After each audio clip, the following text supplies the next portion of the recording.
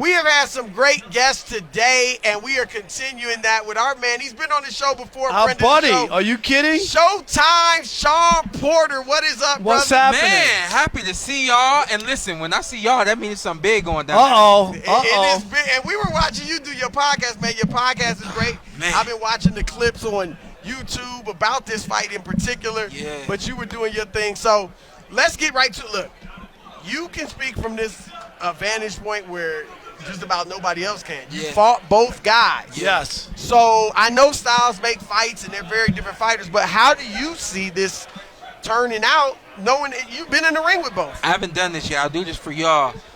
If the Errol and Terence that we expect, this is what we expect. We expect Errol to come straight forward, be in Terence's grill, be right there throwing punches, that pressure that he likes to apply.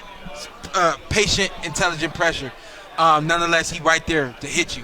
And we should expect Terence to be willing to take some steps back, keep turning, not running. A lot of people say he ain't going to run, but he's definitely going to be turning and moving just out of the reach. There's a difference Spence. between that, right? Absolutely. Yeah. Right. Because the method to turning and stepping is I'm still in line for after you throw your punch. I step just out of the range for you, And I have a came shot, back right? with mine. And you did some of that with Spence. With Spence, And had success, right. And I don't, by no means do I think that Terence is taking anything from my playbook. I don't know if he is or not, Right. but I do think that you have to force Spence off of his line. He fights on lines. Yes, he can turn and move, things like that, but typically when he punches in lines.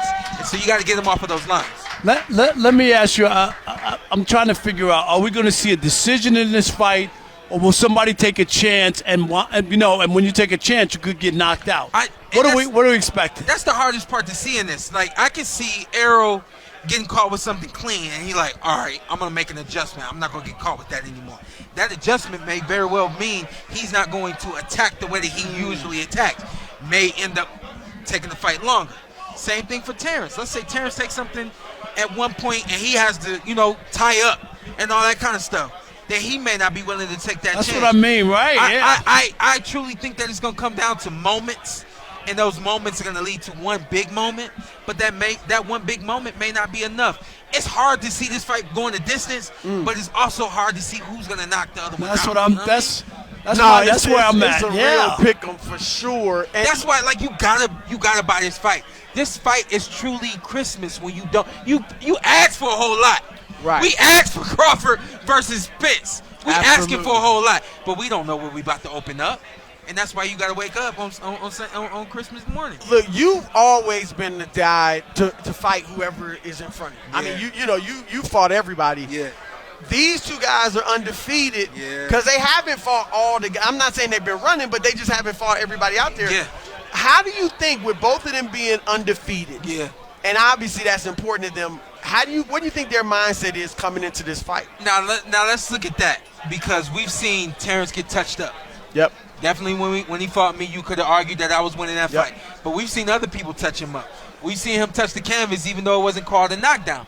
My point of that is he's been touched. He knows what it feels like to not be winning or possibly not be winning, and do what needs to be done to win a fight. Yep.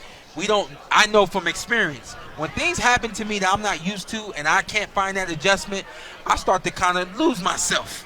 We saw it in my fight with Terence, let's be honest. Right. And we've never seen Errol in a space where he hasn't been winning and hasn't been able to find an adjustment to win the fight. So, to your point, when you got two undefeated fighters, both of them don't know how to lose. Right. The one that starts to feel defeat, might very well be the one that starts to fold. It's something that we don't expect to happen, but it could because of that. I know you don't have a crystal ball, but could this wind up being just one of those epic moments epic fights that we'll talk about down the road? We know that we've had we've been disappointed the last number of years because we haven't been able to get fights like this, but could this wind up being a classic? It has to be. I think that the buzz for Fury Wilder 1 wasn't the same kind of buzz as the rematch. You're right. Rematches always cause bigger buzz, but also remember that third fight, even more buzz because it's so much that was said and all those things that were done in between that second and that third fight happening. The buzz for the third was even bigger.